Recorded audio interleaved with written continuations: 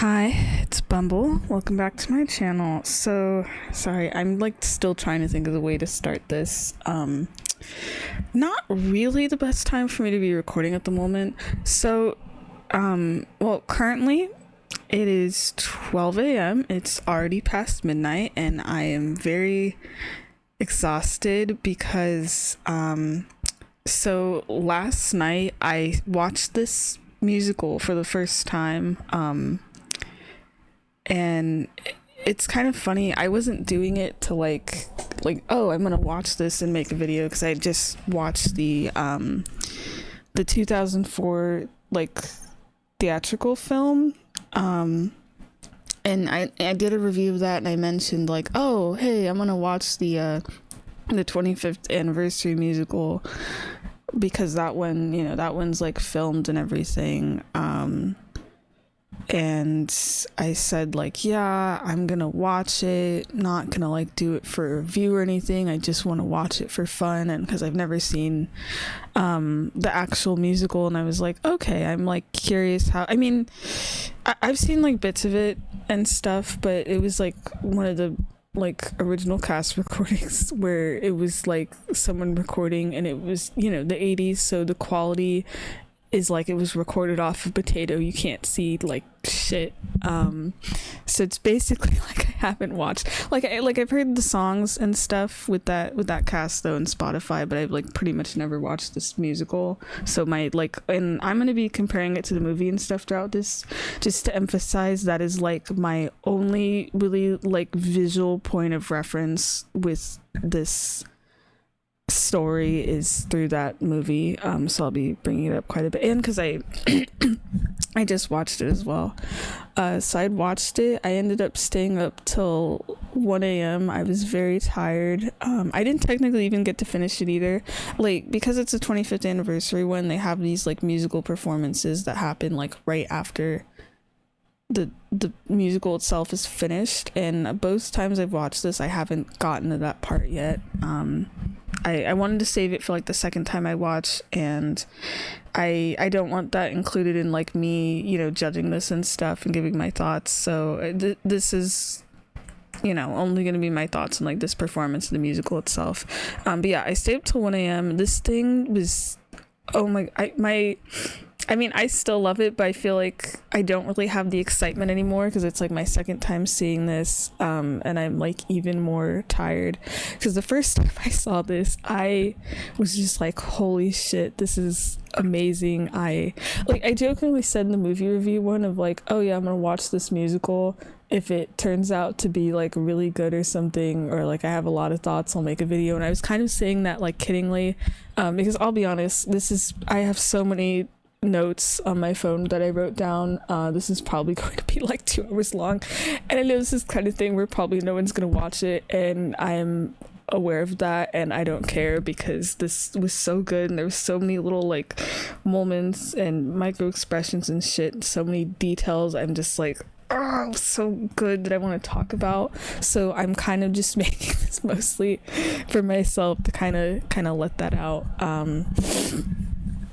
But yeah, no, this thing was so good that literally like I finished it at like around 1 a.m. and then I went to bed because I had an event this morning. I had like a really early birthday party for someone I had to go to, so not the best time to stay up. And then I laid down in bed, and I was like so fucking shocked how much I enjoyed this and stuff that like I could not sleep.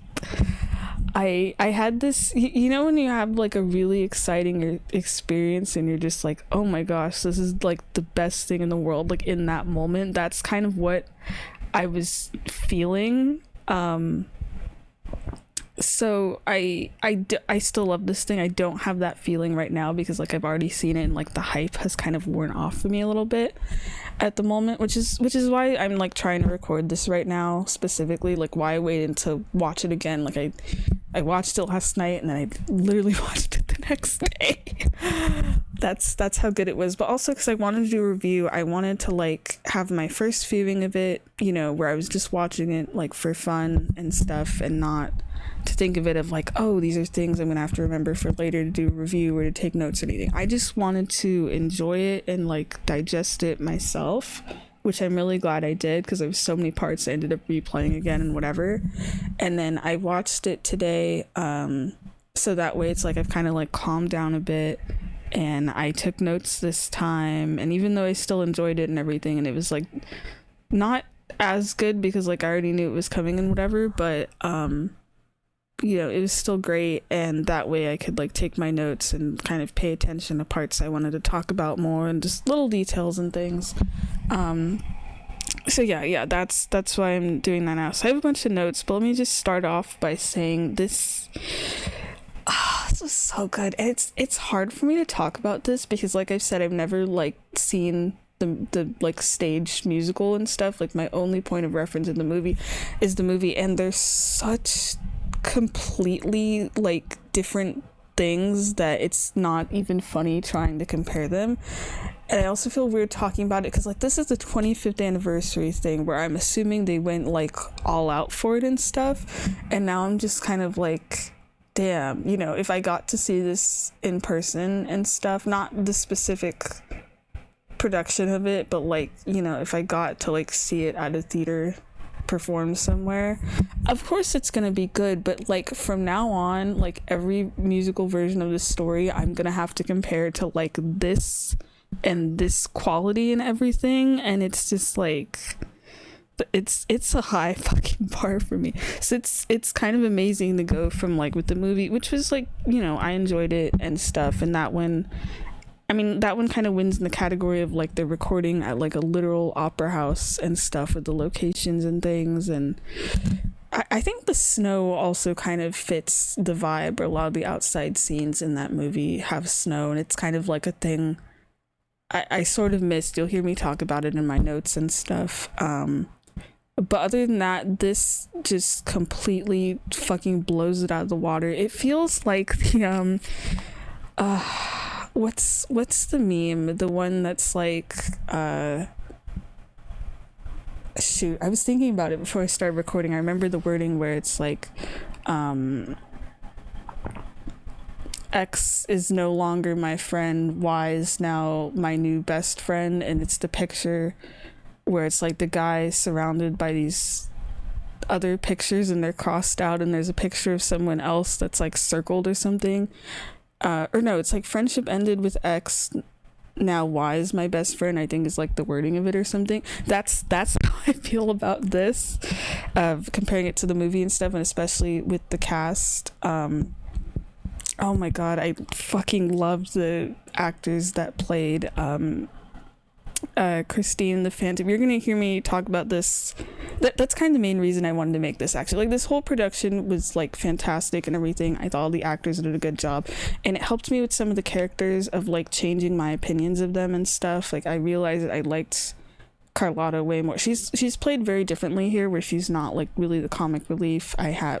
Like, Raul kind of actually goes through his own character arc, and ends up, he kind of starts out like kind of mean and snotty, and then becomes like a better person throughout this. He's also kind of sort of played as almost like a different character. It's like they all did really good and stuff, but like Christine the Phantom especially, they're just portrayed so well, to the point where I'm just like, damn, I need to see what else those two specific actors are in, especially because the actress playing Christine, what is her, hold on, I have the Wikipedia page. Yeah, because Ramin Carmelou plays the Phantom. I haven't seen either of them in like anything, by the way. And then Sia Bogas plays Christine, and she plays Christine with such like, or maybe it's just like how she is, I don't know, she gives like such Disney princess vibes that almost kind of reminded me of Belle a little bit. I actually, it's funny I'm mentioning that, because I think I did look at her IMDb page, not IMDb, yeah, I looked at Letterboxd. There's some other stuff she's in I'm curious about, but I remember reading somewhere she, I think, originated the role of Ariel for like the stage version of The Little Mermaid. Now I have to check that out, because there's like a specific part in Phantom where I was even thinking of The Little Mermaid a little bit, of like, damn, she'd be good for like this one specific, like how that story Ariel ends up losing her voice and has to like win over Eric and stuff. And the whole thing of like, you can be seductive but without your voice, and there's the point of no return specifically that's kind of exactly what she has to do, and just does it so well. And it's so different from like how she's played Christine for like the rest of the musical and stuff. But yeah, I want to talk about those two first, and then I'm gonna get into my notes and stuff. And if I know I'm kind of like a mess recording this right now. I'm kind of stammering and stumbling a bit and whatever.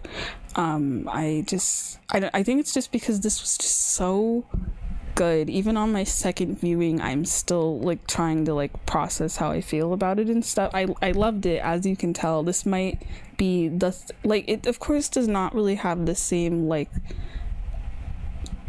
because of the setting and stuff, like the spooky vibes is like the movie. I said how I watched that like every year for Halloween and stuff, but this is so good, and they still have like all the candles and shit and everything that I think this kind of can replace it for me. It's like my yearly October viewing of like, yeah, I'll just keep watching the Phantom of the Opera over and over again. But anyway, yeah, the way Christine the Phantom are played, I want to talk about that for a bit. I actually was writing about it in like different notes earlier, where Christine, I feel like I feel so much more for her as a character with how she's played her, especially like with the actress's expressions for stuff. You really feel Christine is played with this like innocence and such like vulnerability, as like the type of person that like, what's that phrase, wearing your heart on your sleeve. And it's like you just feel so sorry for her every time she like is scared about the Phantom and stuff, and you just root for her the whole way through. And I like how she sort of just gains confidence throughout the musical as well, where she starts off kind of easily swayed by people, and even with like her singing too, it's even shown like with the first song she does, where she's kind of like a bit nervous and whatever, and kind of just grows more confident. And then as the musical goes on, she eventually kind of is able to stand up for herself and against other people, even though you can still see like she's still like scared underneath, which is fair. She's in like a terrifying situation of like being stalked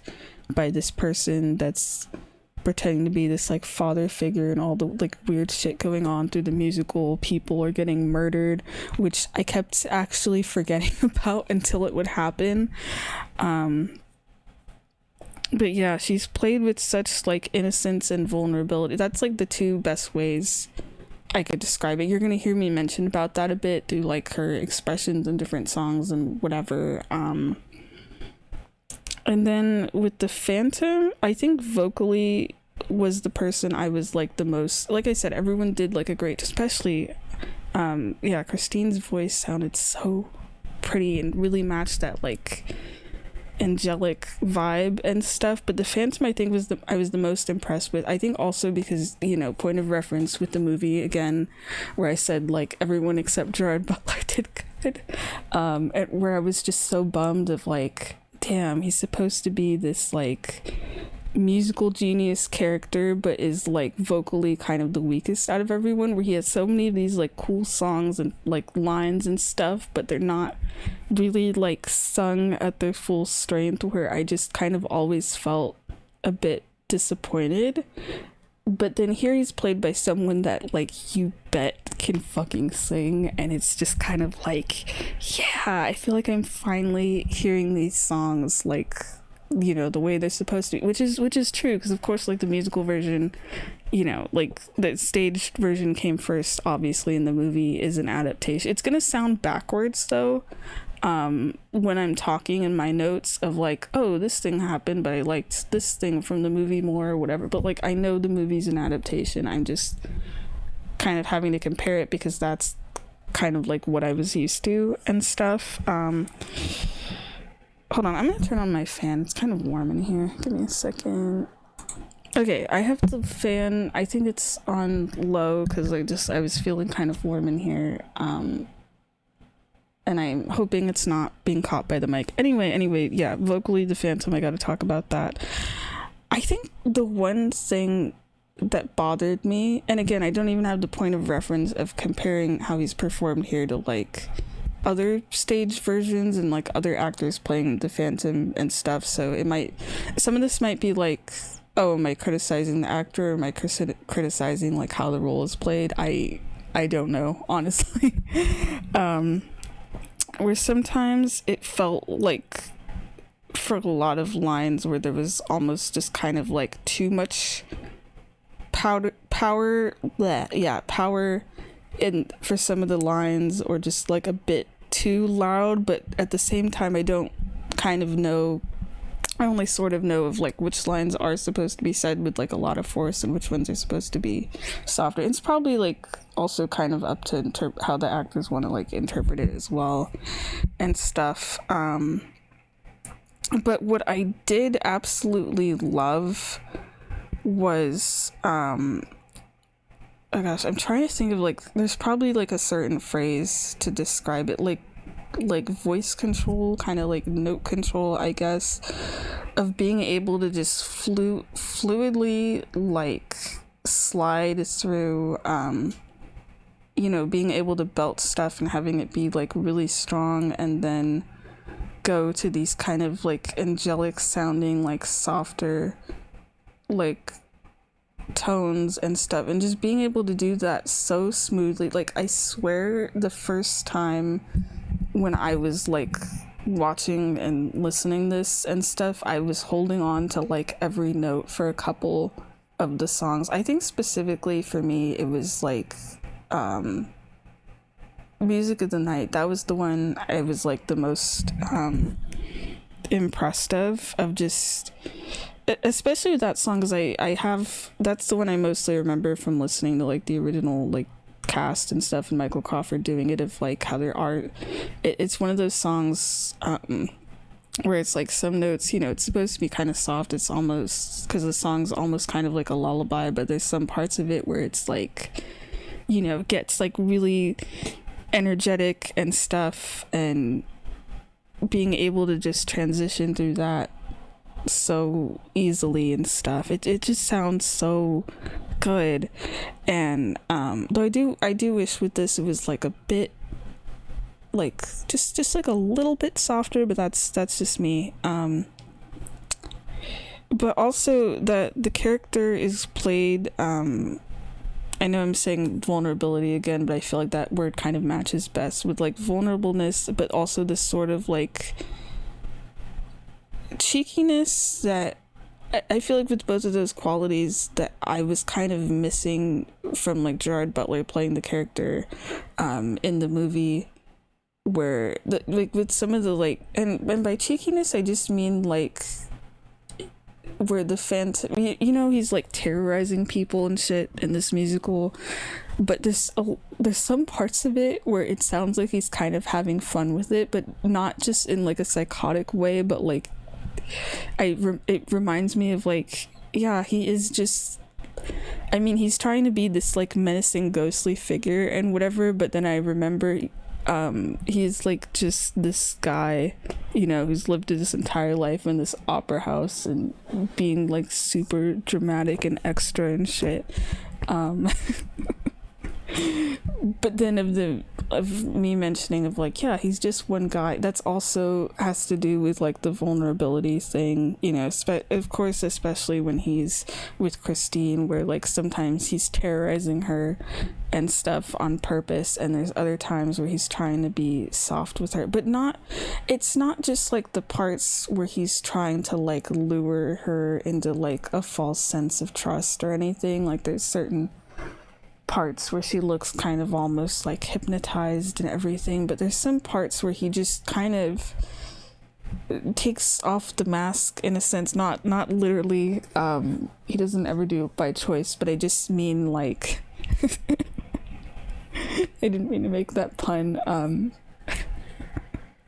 figuratively, of not trying to manipulate her or to be anything, like to put on a persona where he's just, I guess, like himself, and it was kind of surprising, but kind of made me sympathize with the character more. Like, you're gonna hear me mention in my notes of him where he'll be singing to her, talking to her or something, and then he'll go into what I'm gonna like quote unquote say is like his normal voice. I mean, I don't know what the actor actually sounds like, but like where the Phantom will just sound, you know, like he's talking normally and whatever, and not like he's trying to sound like any which I don't know how to explain. He just sounds like just like a normal guy, like every once in a while, but especially when he's like being completely vulnerable around Christine. I think those moments I like really paid attention to and was surprised but like glad that those were there,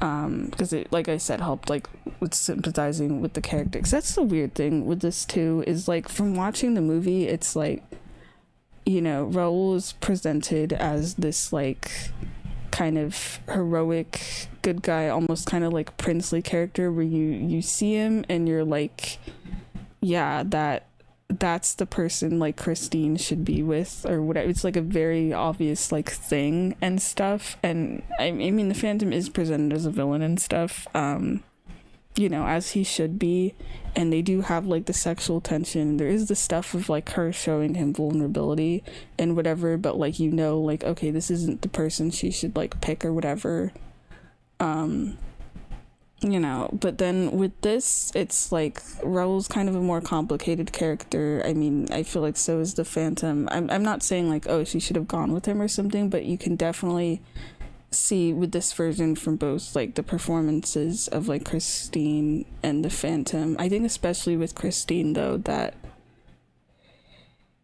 it's like all those themes of their relationship of the movie, it's like increased by 10, where it seems like they really do care about each other. We can see like why she might possibly, you know, like go with him and stuff, and that she like really does care about. I like fully believed it this time, and that was really nice, you know. Okay, so that's the main thing I wanted to make sure to mention before I... Oh no, wait, one more thing too is that also comparing it with the movie, I mentioned in my movie review, you know, it was kind of a bummer where like Christine sounds so good and stuff and can sing so like strongly, and then the Phantom, you know, like Gerard Butler couldn't really like keep up with her or anything, so a lot of times it felt like he was drowned out. So it was like really nice here where like both the singers playing them, you know, have the vocal strength to like be able to keep up with each other and stuff. And it was really nice, especially for like some of the duets and stuff. It never really felt like one was kind of drowning out the other. I mean sometimes, you know, if that was like the point of the song or whatever. So it's just really nice to have that as well. Like everyone is vocally kind of like on equal playing field. And oh gosh, especially with the point with with the point of no return. I was gonna say the point of no return, where it ends up evolving into like Raoul, Christine, and the Phantom, where they're all like kind of arguing at each other. And I'll be honest, I can't really understand what all of them are saying at once, because it's kind of like just too much for my brain to process. I can make out like some of it, but you know, you can keep up with all of them and everything, and it works really well for those moments. Like really increases the tension and stuff. Okay, I'm gonna go off my notes, which some of it is kind of like summarizing things a little bit. It's mostly like either, I'll be honest, like details of me comparing like this stage production and like the 2004 movie of like certain scenes or costumes or whatever, or it's like little details. I'll call it details that could refer to like micro expressions or like hand movements or whatever, which surprisingly I end up talking quite a bit in here, of things, or sometimes I just full on kind of like break down what's happening in like a scene as it's happening to like kind of talk about, I don't know, the parts that I really liked of it, or what. It's me getting like very nitpicky about the parts that I really liked, basically. But yeah, these are long. I've already been talking for half an hour and I'm barely starting this. This will probably be like 2 hours or something. I'm just giving the heads up. Okay, so I'm gonna start now. So starting with the beginning, because this is all gonna like pretty much go in order.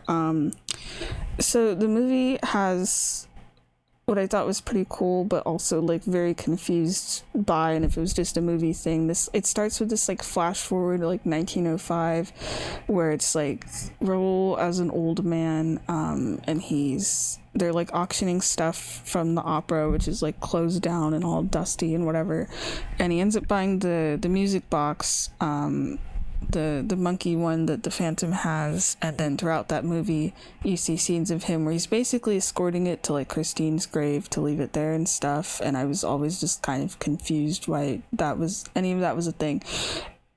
The cool thing is part of that is in the musical as well, but thankfully not the whole thing, or else that would have been like really distracting, and it's like, you know, it's an on-stage live thing. How are they going to pull that off? But it only has the little flash forward of Raoul buying the music box, which I'm still kind of wondering the relevance of, compared to, like, I mean, it is like a flash forward and stuff. I do think it is kind of nice to have. I don't know, especially because he buys it and he mentions how like Christine used to talk about it all the time, which I think, now that I'm thinking back, probably means she's still kind of like, you know, maybe misses the Phantom a little bit, because it's like an item that's like very associated with his character. Sorry, my voice is like a little raspy. I'm sleepy and such. And I don't have any water in here. I should have gotten some earlier. The music box as a prop, I want to talk about that for a second. I thought it looked really cool. It's actually like way bigger than I thought it would be, with this like sad little monkey face. I think the one thing that bothers me with it is like the styling of like the fur, also because it's supposed to be made out of paper mache. I think it's what they mentioned at the beginning, but you know, obviously it's not actually going to. Or like the fur on the top of the head is like kind of pointed up, and it's like this sort of dark brown or something, and then the rest of the body, the fur is kind of pointed like down, and it's like a different color. Not like super distracting, but like just a little bit. That's just like a little nitpick, I guess. But anyway, he ends up buying it. I noticed that Meg, like with the movie, they mentioned about like, Madame Giry's there too, which I would have just assumed, because it's like a flash forward, that they were talking about Meg and not her mother, because like her mother was already an old woman. But she's not in that flash forward, which I find interesting, like at all.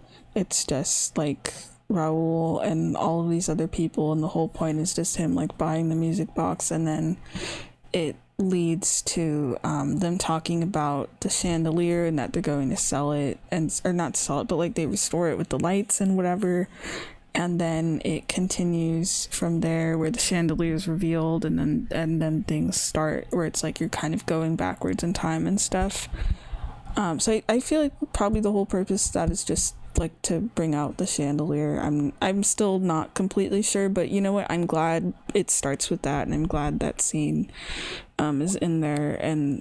But it is interesting because like you don't see that older version of Raoul again at like any point. It's just that one thing in the beginning, he buys the music box. I mean, at least that way Christine's fate is kind of left up in the air. Like there's nothing about her having like a gravestone in the future or anything, so that's kind of nice. I mean, unless you take that like probably bad, I haven't seen it, I don't know, the sequel where she does, I guess it's cool where here it's like, okay, cool, she doesn't die this time compared to the movie, but then with like the next musical it's like, oh yeah, no, never mind, they do color off in that one. But yeah, that was nice to have. And I think it's interesting, like with the movie, they have it where like the scene goes from black and white to color, and all the dust is cleared off the opera house, and it's like restored to its former glory. I mentioned that's one of my favorites. But you know, instead what they have for this is that then all the like props and things, you know, from that like auctioning scene are taken away, and then you actually get to see a performance of the or no, it's like they're setting things up, and it's kind of cool because in the Phantom of the Opera theme, it still like plays and it's the same length it's supposed to be, but it's just kind of like the setting up of things, and then everyone's brought out and it like officially starts. So that's pretty cool. So like timing wise, it still like feels the same and everything. I think what I also really like about this, and it works because they're like literally performing on a stage as well, is that you get to actually see more longer bits of like all the operas and ballets and stuff that they're like in universe performing throughout the musical. I think that's really cool, especially it puts some of the scenes kind of in better context for me, especially the one that the Phantom ends up writing. That whole scene performance just makes like a billion times more sense now. Like I finally get it.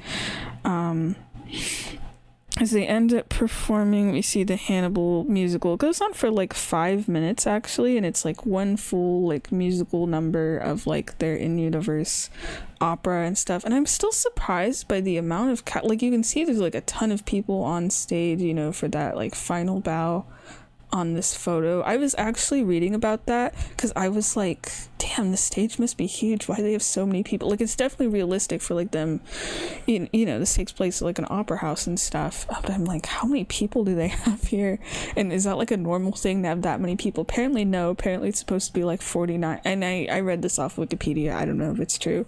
I just need to state that it's usually like 49, and they had like 200 people, you know, on the stage for this, which is amazing. I don't know how the hell they pulled that off. I don't know if the stage is normally supposed to be that huge, because it's pretty damn big in this, but it makes those scenes where they're performing the operas, like the Hannibal music, the Hannibal opera, for example, I think just hit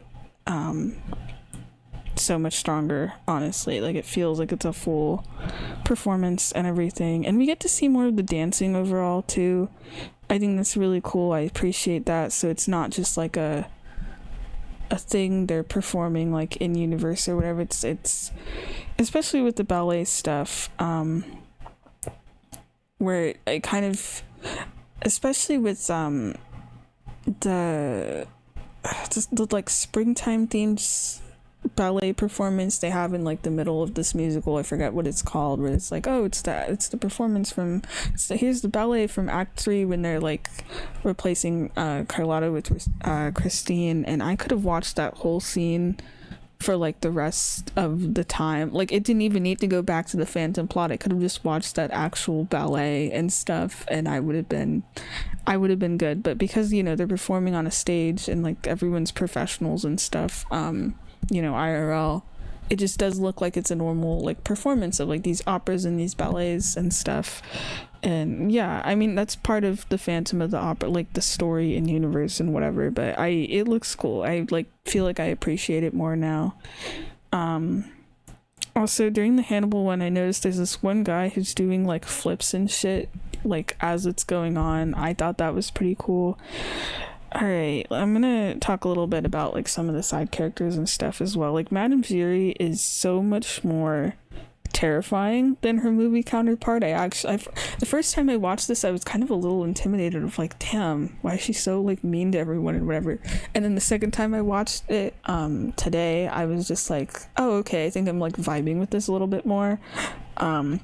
Where she's like, in the movie, she's not like completely nice all the time, but definitely a bit softer, and she seems kind of anxious throughout the whole thing. I get it, because it's like there's all the Phantom things going on. You get these scenes where she's kind of like paying attention to things, but like not in like the background, but not ever like stepping in when she like clearly sees the Phantom like messing around with stuff or whatever. But it seems mostly because she's like kind of afraid and whatever. and then they have that like oh yeah, his backstory gets changed here too, which I find kind of interesting. But in the movie they have it, or I mean they changed it for the movie where, you know, she's like meets him as a child, like she's directly involved in his backstory and everything. But then here it's like she's not scared of like anything until the end, when like shit kind of starts to hit the fan more and she has to like finally get involved. But she's more terrifying. She's just like, she's kind of scary.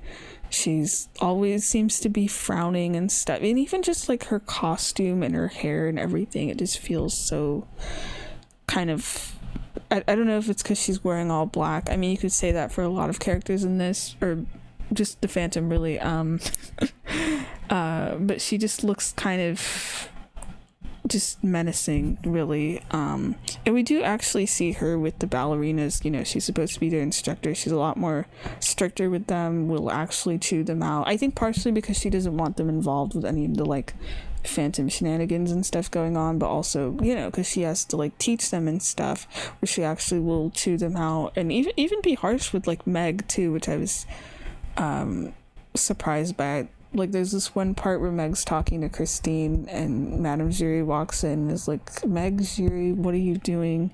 You're a dancer, go dance or whatever. But you know, she's a professional. It's this like huge opera. She has to take her job, opera house. She has to take her job seriously. So now I'm like less intimidated and more just like impressed, and I'm glad her character's this way. And I find it, and she's just more calm too. It's like you kind of never really know what's going on inside in her head. And I really liked that. I mean, I think it's touched on like a little bit in the movie, but it's kind of more of a focus here, where she's actually suspected of helping the Phantom. Like no one's really kind of sure where her allegiance lies, and like Will asks her multiple times throughout the musical of like, what do you know? Are you gonna help us? Like she does eventually share the Phantom's backstory, and she does eventually lead him into the Phantom's lair or whatever. But there's this one part I like towards the end where the characters are like arguing and stuff, and she's there and they're like, hey, you might be in cahoots with the Phantom potentially, and they're like and whatever. And I mean, if and like it's revealed and stuff like she's not, but I like that she's just kept as this, like she is kind of like their ally and stuff, but she kind of only helps when she's sort of forced to, and you kind of never know what she's up to. And I think that's cool. I think that makes her a fun character, where she could be mistaken, you know, for like helping the Phantom and stuff. Like there's enough evidence for it, and just like her, or not really evidence, but like her mannerisms and things, where you're like, she could be sus, is the thing I'll say. And I think that's pretty neat. What else? I also love this version of Meg where you can see she's like totally Christine's bestie. So it's kind of a bummer when, like, I mean, due to how the story goes, and I get it, and it's not really a place for her anymore, Meg's kind of only really there mostly in like the beginning and stuff, and then by the end, except, you know, for her being the person at the end who like finds the Phantom's mask when he leaves and such. You know, she isn't really like super relevant, but she does at least feel like she's actually Christine's like bestie and stuff. There's like little details I notice with that, where sometimes they're talking and they'll like, Meg will like grab her hands or kind of stroke Christine's hair a little bit to like kind of calm her down. Or I liked with this one that Meg is the one that volunteers at the beginning for when Carlotta leaves, for Christine to take her part, and the fact that Meg's like the one that advocates for her. And you get to see more of the ballerinas a little bit too. They have like a little bit more of a presence in reacting to things. Like after Christine performs for the first time, they all run up to her and they're all excited. It's kind of cute of them like congratulating her and stuff, or especially their reactions, like I'm like referring to them as a whole, but I'll keep talking about Meg in a sec, of like whenever someone gets murdered and they scream, and it's like such a high-pitched scream, but it does feel like, you know, the correct response to seeing a dead body. And just, yeah, Christine being like, I mean, not Christine, Meg being so proud of Christine. I do find kind of funny of like, there's like 2 times in this, or like 2 or 3, I think it's just 2 actually, where the Phantom, you know, everyone's like on stage and they're like performing and whatever in universe, and the Phantom does something, like it happens at the beginning, and there's always someone that loudly screams, "He's there, the Phantom of the Opera," and that was always just really funny. And then the second time that happened, I realized the person who's been doing that the whole time has been Meg for some reason. I find that interesting. Like, compared to the movie, she isn't really kind of like sort of sneaking around, not sneaking around to be like suspicious or whatever, but there was like scenes in the movie where she would kind of wander into places she's like not supposed to be in, and then she'd be escorted back, and she always seemed kind of, even though she never had any lines about it, kind of like curious about the Phantom and stuff. And there's like less of that here, which I find interesting, except for when she like tries to go with Raoul at the end to like rescue Christine, and then she's the person, like I mentioned, that finds the Phantom's mask. But I kind of like that, actually, that's kind of like toned down a bit, because it doesn't really like go anywhere in terms of the story or her as like a character and stuff, and you know, her mom's the one that's more important anyway in terms of the plot, so she's kind of more just in the role of like being Christine's friend and kind of like main person she trusts until kind of, you know, Raoul enters the picture. But I have so many more things. We're not even close to being done with this. When I'm gonna talk about the song "Think of Me" and the scene with that for a bit. I liked when Christine first sings it. She's like kind of hunched over and really nervous until Madame Jury tries to like get her to focus, and then there's a part where Christine's kind of just having this sash that she's holding, and when she like drapes it over her shoulders, she like relaxes and or not really I guess, yeah, gets over her nerves. You don't like sort of physically see her relax or anything, but then she's suddenly like more confident and is fine. And then she never really has like a moment of that again where she like, I mean, she has moments where she sings and she's nervous for sure, but it's not nerves of like performing. It's nerves about, you know, the Phantom is trying to kill her and shit. But I do really like that that's how the song "Think of Me" starts, compared to like when I think of like the movie where she's just automatically, you know, doing amazing and whatever, because, you know, she exists as like a chorus girl, you know, before this plot starts and stuff, where no one like really believes that she can like sing and replace Carlotta. So of course she has to suddenly like sing in front of everyone, and she probably wouldn't have volunteered herself to replace Carlotta anyway. Christine doesn't really seem like that kind of person, or really seeming like an advocate for her career or anything as a performer. But yeah, getting up to suddenly sing, you know, that's gotta be scary. So I like how that's kind of reflected there. Oh, I already read that stuff. Oh, empathy. That's what I forgot about. I described her character as a whole as being played with this like innocence and vulnerability, and I mentioned the Disney princess vibes and stuff. The word I forgot was that she also is like a very empathetic character, not just towards the Phantom, like for everyone, but mostly the Phantom, especially with like her facial expressions and reactions to things. I know I mentioned about her wearing her heart on her sleeve in terms of her emotions and stuff. They're probably more visible on her face compared to like everyone else.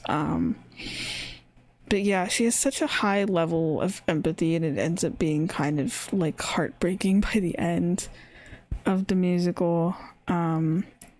What else? When she performs that song, okay, it's like something that makes sense with the plot, because I'm so used to like the movie's version of certain things, it like almost kind of bothers. It's more of like preference. Like I'm talking specifically about some of Christine's outfits that I like absolutely adored in the movie and stuff. Like when she sings "Think of Me," she has this like big white dress that she, I think, wears for like most of the movie, and until a certain point where she has these like flowers in her hair and stuff, or like when she's with Raoul for on the roof, you know, probably also because it's like snowing and stuff up there. She has this cape wrapped around her, this like sort of cloak thing. And I mean, she has that here too, but in the movie it's this like bright red color that I feel like really stands out with the snow and like the vibes of everything, and it looks like it's almost made of velvet, just like really soft. It gave me kind of like a Red Riding Hood sort of vibe to it. But here they're replaced with kind of like sort of different-ish, like different outfits and stuff. And I can't be mad about it because it completely makes sense for the plot, but I'm also just kind of like, damn, I really liked what they used for the movie instead. Like, for Thing of Me with this, she has, like, it's the dress from what she's wearing for the Hannibal production, but what they do is they just put, like, the skirt over her to make it look like a dress, because she's, like, but it makes sense, because, like, she's taking over Carlotta's part of being the like lead for that opera. It's like her big solo and stuff, so it makes sense she's in that outfit. Or with All I Ask of You, she still has like a cape. I don't really like it. Like, she has this nice outfit underneath. It's like the costume she's wearing from like prior to that scene, you know, for that like opera they're performing and stuff. But she has this big green cape. It looks like it's made out of like a weird fabric. It almost reminds me of like this, I was gonna say a raincoat, but no, I'm thinking of like one of those like water resistant jackets with kind of the thinner material. It just, like, color wise it matches with her dress, but I feel like it just looks kind of weird. I don't know, especially because she has this cloak, this blue cloak. Kind of reminds me of like the fairy godmother's cloak from Cinderella, when she's doing the Wishing You Were Somehow Here Again number and like going through the graveyard and stuff. And that one looks like it's made out of like a really nice material, and it looks like a actual like cloak and stuff, and it fits really well. And I was like, damn, why couldn't she have that for like the romantic ballad scene on the roof? So that's just one of the things of like some, I mean, but I get it, like. And she does definitely have some more elaborate outfits for other scenes, for sure. Like the one that she has, she does finally get that like super nice white dress at like the end of the musical, because it's supposed to be like the wedding dress one, and that looks fantastic. I think I have a note about that at like the end. Anyway, she does have this cute little crown though that I like for the Hannibal costume. And then when she's done with that, oh, that's the other thing, there's a lot of costume changes. Most of them seem to be like they're like backstage and stuff, or probably like in the wings, but there's like a couple of them for, I think just Christine. There's like two towards the beginning that I really liked the way they handled it, where they actually happen just directly on stage, but they don't really try to like hide it. But you know, because the setting of the musical is an opera house, it like works. It like looks very organic. Like when they're changing her into the big dress for like Think of Me and stuff, which is just them kind of, I think, like putting this like skirt over her to look like a dress, to kind of like basically kind of like fancify her outfit. There's these two characters, I think Madame Zuri's talking to Christine or something, but you can't hear what they're saying. But then there's this other person who's showing her sheet music, so it's like she's doing stuff and then they're putting the thing on her. Or literally during Angel of Music, when she's chatting with Meg, there's like this person that shows up, this like older woman that puts this dress on her, but it kind of looks more like a jacket. Oh, that's the other thing too, because she has this white dress she wears when like she finally meets the Phantom for the first time and going into his lair and whatever, but it's not really like a dress. It's like hold on, I actually still have this open so I actually kept everything on open just so I can kind of skim through a little bit so I can see what things look like. But she has her like Hannibal dress on underneath. Like you can see the top of it through her outfit, like the white dress she's wearing, but it's just kind of like thrown over her, where it looks like a dress, but it also almost reminds me of like something you wear over pajamas. Like it looks good, but then the Hannibal part of the outfit popping through, it looks too distracting because it's like this gold shirt with these like jewels and stuff. It just threw me off. But anyway, I do like how they incorporated the costume changes, a couple of them, like where they're on stage, which, you know, that's got to be like on purpose, but like it looks organic, it works. What else? Okay, so one of the things I like about the Phantom, and I was like paying attention to it here and stuff, I mean it's like a thing in every version where he's not in the room. I mean, they don't reveal like where he is. He could be, I mean, I don't think he's in like the sewer either, or maybe, I don't know, where he'll do this like where he's off screen, this like kind of ghostly sounding whispering, which is treated as and is supposed to be like kind of spooky and stuff. And I like the way those are like performed here, where it's sung not all the time, where it sounds kind of like, you know, when I think of something ghostly, I think of something kind of like you don't really finish the whole word, kind of almost whispery and kind of spooky sounding, like you're hearing it from far away. And some of the kind of like Phantom off-screen whispering is like a little like that, but I kind of like how it is at the beginning, where it's like the lines are sung very smoothly but also like really breathy, where rather than sounding like kind of ghostly and spooky and stuff, you know, because the Phantom kind of has that vibe, it sounds kind of more mysterious. It also does sound kind of pretty though, if I'm honest. Like the first time that happens is like when Christine, the Phantom cheers for her after Think of Me, and I think the line is like bravissima or whatever. I mean, the note for that, it's sung kind of high, where it just sounds really pretty. But anyway, it's sung in this way where it's not like really ghostly, a little bit, but it's like mysterious but kind of luring, like kind of luring her in. It definitely gets Christine's attention like every single time it happens, for better or for worse, because sometimes it's like she's kind of like in sort of like a trance but kind of okay with it, and other times where she's just like, what the hell is that, you know? I didn't think she could even hear it all the time either. It's just that's one of the things too, like with the movie, where sometimes Christine doesn't like react to certain, or like people don't react to certain things, or Christine as a character is like a lot calmer in some situations in the movie than I like expect. But then here it's the exact opposite, where she like notices a lot of things, and you know exactly what she's feeling, and she reacts very strongly to a lot of things.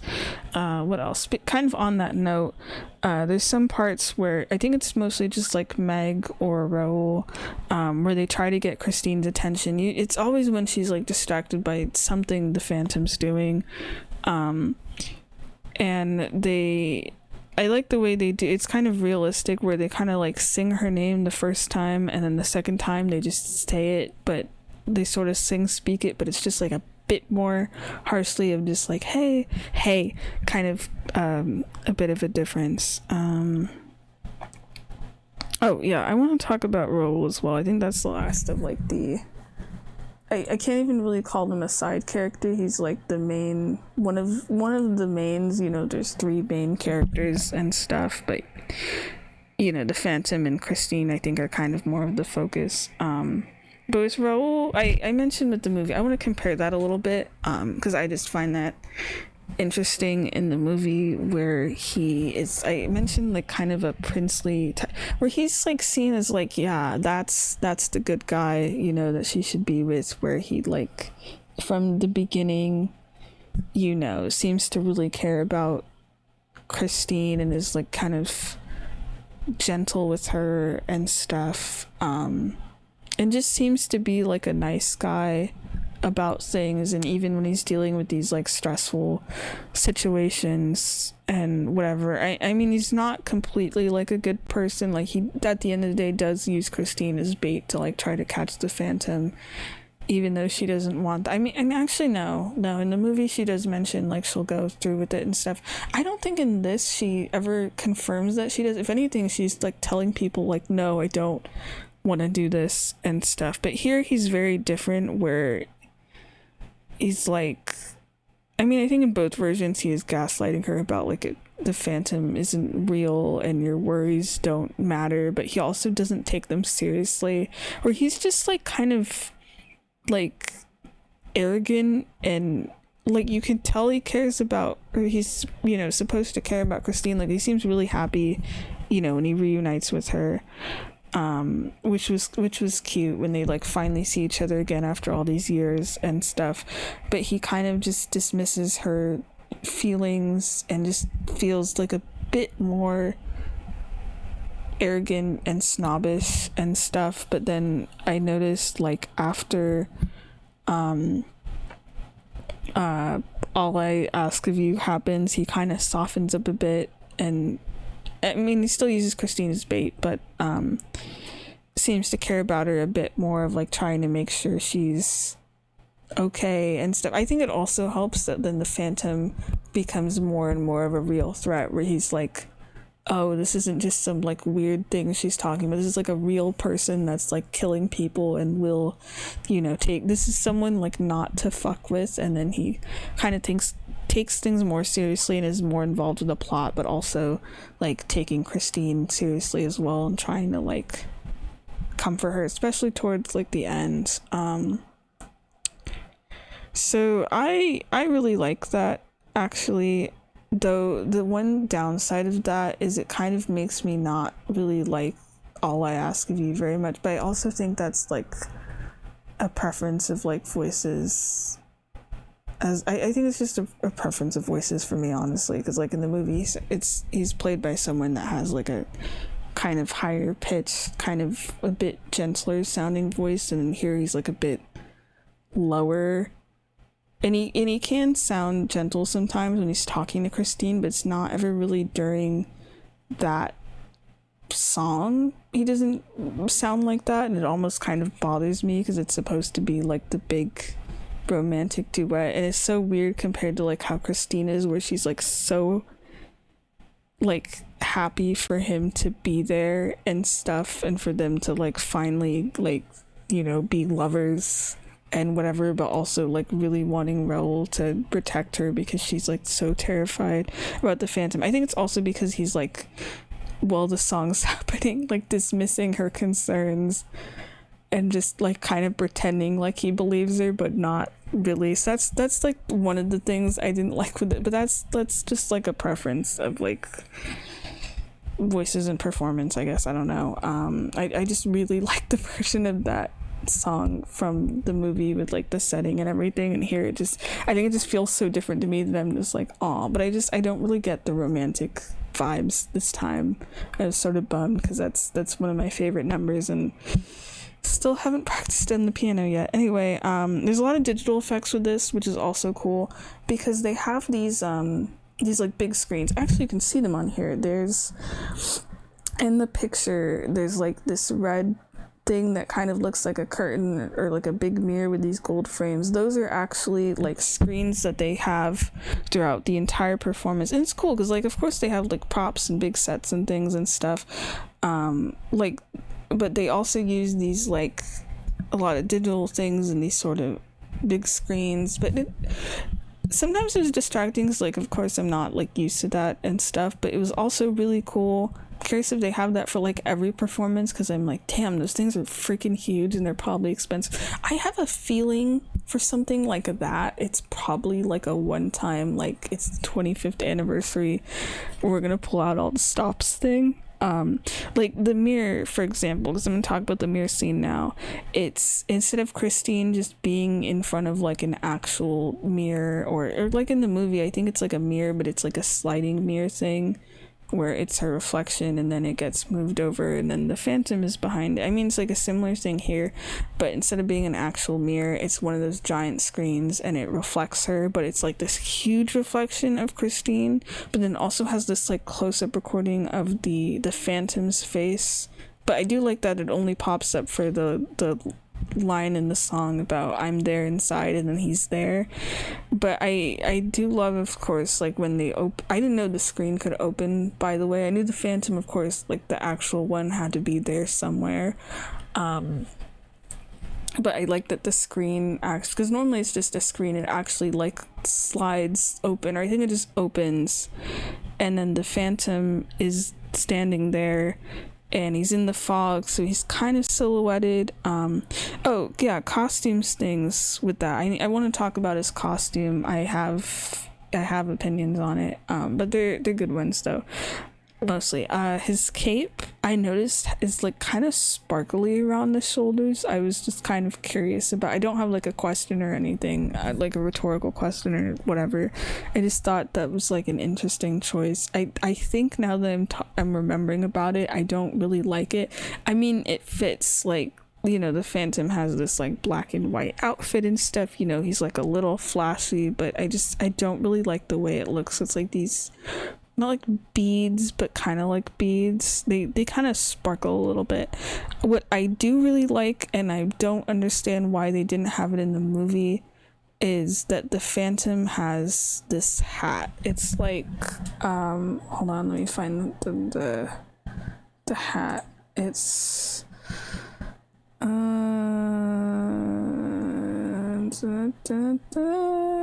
mean, he doesn't wear it all the time. It's just sometimes. Where's the damn hat? I'm trying to see. It's like I'm looking on like a little mini screen thing, but the heads keep getting cut off. And I'm scrolling too slow where I can't see. But he has this like kind of fedora-ish looking hat. I'm trying to say from like memory. I feel like I'm not getting it right. It's like this big black hat. That looks really cool, and I feel like it fits with this sort of like gentleman-y vibe, you know, he like dresses in and stuff. Sorry, this is like really going to bother me. I need to see where this is. Where is it? It's not like a top hat, it's like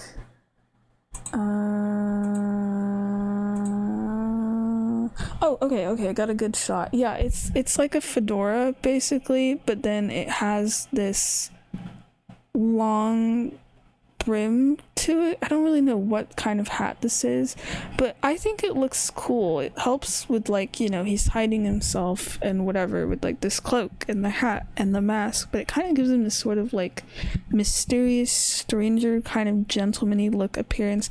I feel like the hat with like the cloak and everything just really completes the whole thing as like an outfit. I wish the movie had that. I mean, he doesn't wear either of those the whole time.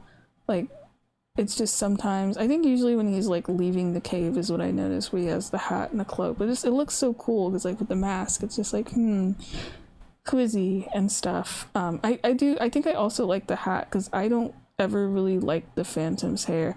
I get, you know, how it's like just like slicked back and everything. I get it's supposed to look weird and it's like really weirdly shiny, you know, because it's supposed to be like a wig, not just like the actual actor wearing a wig, but you know, it's like a wig for the character to hide his like sometimes baldness. That's another thing that's kind of weird to me. With I'll talk about his appearance later. I have like a whole thing I need to get into with that. Okay, so nothing will ever top with the movie with the titular song of the Phantom of the Opera, where they literally walk below the actual opera house and through like sewer areas with like the candles and the boat. I mean, they do have the boat here, but I'll get to that. You know, the boat being on actual like really gross looking water, and the horse, the freaking horse in there, and the phantom being in this little like cave or whatever. Like the environment is there, and it's really fucking cool, so you can't really top that. But I do like to represent them going through like the quote unquote tunnel. There's this thing above the stage, I don't know what it's called, and it's like high up above the stage. It's because they really play around, because they're on a stage, and like the areas around the stage of where the characters can go, and I think that's really cool. Like their tunnel is represented as this like big walking platform thing that's actually able to lower as well. It sort of just looks like a big bridge, and it's way above the stage, and I think that's cool because that's like a perfect representation for that. Like anytime Christine the Phantom have to like walk to and back from his like lair and stuff, that's what they do. Or there's a couple of times the Phantom's hiding, like the scene on the roof when he like finally is revealed and stuff. Okay, because the orchestra is actually, instead of being like in the pit in like the area in front of the stage, but not on the stage, but like in front of where the audience is, they're actually above the stage, which I think is really cool, but they're like kind of hidden. You only kind of really notice it like when the cameras pan, like, you know, because it's recorded with like a bunch of different like camera angles and stuff. But yeah, they're like behind the stage, like you can see the head of the conductor and stuff in like the faraway shots, but surprisingly not distracting. I also think it's so cool that they're playing this with like a live orchestra and everything. It's awesome. But yeah, that sometimes the Phantom hides up there in the orchestra, or just stuff like that. I think is really, it's like a great way of like making sure to use up your I'm forgetting the word, space. Oh shit, I just realized it's already 1:30 a.m. I'm not close to done. That's okay. This is frustrating. I'm not even tired, and I really want to get into the parts I want to talk about, but I'm not skipping any of my notes, so I'm gonna finish my thought on this, and then I'm gonna this might be multiple parts shoved into like one day as like a bunch of little separate videos where it's just me talking about this one musical, but that's the way I gotta do it, because I'm not staying up past 1:30 again for this. But anyway, the Phantom, when he's leading her, he has this like little lantern. I thought that fit really well with the costume as well, and it turns out I was wrong, because I mentioned, I was talking about the movie and comparing it to like listening to the original cast recording and stuff, you know, one like from the 80s, and I said like, damn, with like the original one, it's like you have these synths and these like drums and stuff, and it sounds very like 80s and dated. And I was comparing, and I was saying like with the movie of like, oh, you don't really hear any of that, and it's kind of nice. And then I went back to listen to both earlier, and I realized, oh, it's like that in the movie too. It's like that in every version. Like the instruments don't change. It's even here. But I think it's like, I've always liked the drums.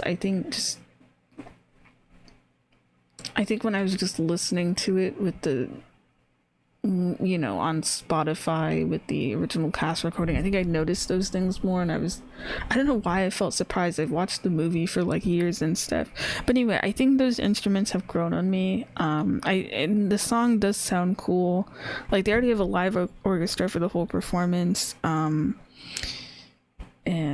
I think I do kind of like the drums and stuff. Like it still fits, you know, there's also like organ in the song and whatever. But yeah, I've changed my mind. I think it sounds cool. It's just such a good title track, honestly. But hearing it here, it's like you know, with the singers I mentioned, they're able to vocally match each other. It feels like I'm hearing it the way it finally should sound like. And like no matter who's playing Christine, the last note of that song with that holding out that high note, which sounds like it's probably at least a little like painful or probably really hard, it just sounds so haunting. It's so good.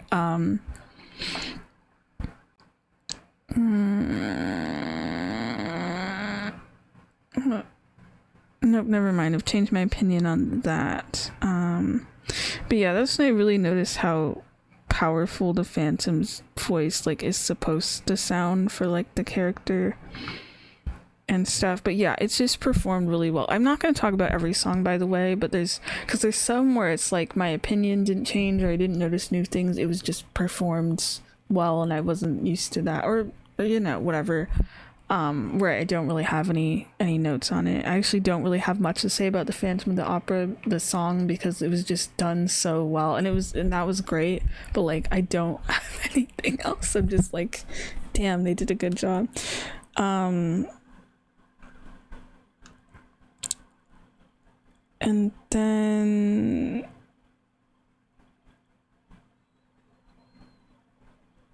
oh no, I have a note that says something about the audience applauding when the Phantom is done singing, and I could not remember if that was for Phantom of the Opera or if that was for Music of the Night. Wait, no, I do need to talk about that actually. I mentioned earlier it's sung, you know, some lines are supposed to be soft, sometimes lines are supposed to be harsh. I do like with the last note of that where he holds out the word night for like way longer than I remembered, but I think that's when he gets an applause. And I like how the song, it's not like, you know, completely soft, it's not supposed to be, but it really does kind of sound like a lullaby. And oh wait, my notes keep switching around because I mentioned okay, for why am I not remembering? Phantom of the Opera, you know, they have the boat. That's really cool. They have the boat where, you know, they can't be in water because they're on a stage. So there's like a ton of fog, and I think that's even cooler because, you know, it's described as like a misty lake and kind of mysterious. But you can imagine if like, okay, it's a lake covered in fog. There's so many fog effects in this movie, in this musical. It's not even funny, but it adds to the vibes, you know. I like that the boat also serves as the bed for Christine for the next song, so it also just has like a ton of pillows on it, which I don't really find realistic for a boat, but like in this it works. I do kind of miss the giant like gothic swan bed that she has in the movie. That thing, that is like so cool as like a thing to have, but I'm glad they don't have anything like that here. It makes more sense of being like the Phantom's boat, you know, rather than like a bed that she gets put in. Like he probably sleeps on that boat or something, because in this you don't get to actually really see like his cave, his lair. It doesn't even look like a cave, but you know, that's because they're on stage. You see his organ with the shit ton of candles. He never stops having fire hazard candles everywhere, but you don't see like really like furniture of anything. I'm assuming he like sleeps in the boat, and that's why it has a ton of pillows on it. Okay, yeah, this is definitely the point where I need to pause actually, because I have a lot of notes about Music of the Night and a couple things I want to mention about. Okay, oh gosh, this is already like an hour. Yeah, I would definitely keep talking and get through like at least that song, because I have a lot of thoughts on it, but it is 1:30 a.m. and I need to try to sleep, and I'll continue with this in the morning. Yes, this will probably just be like multiple little videos. I'll probably list them as like 25th anniversary, my thoughts, part whatever or something. I mean, I don't know if these are gonna get watched. If they are, cool. If they aren't, like, that's also fine. I kind of need this to like vent my emotions about this musical, because it was just that good. So I'm gonna make multiple parts of this until I'm finished with my notes, and trust me, there's a lot more notes as the further it goes along into this musical. Especially I have like multiple paragraphs about the last like 10-15 minutes of it as well. Okay, I'm gonna force myself to go to bed now, and see you for the next part, which we start with like properly talking about Music of the Night. Bye bye.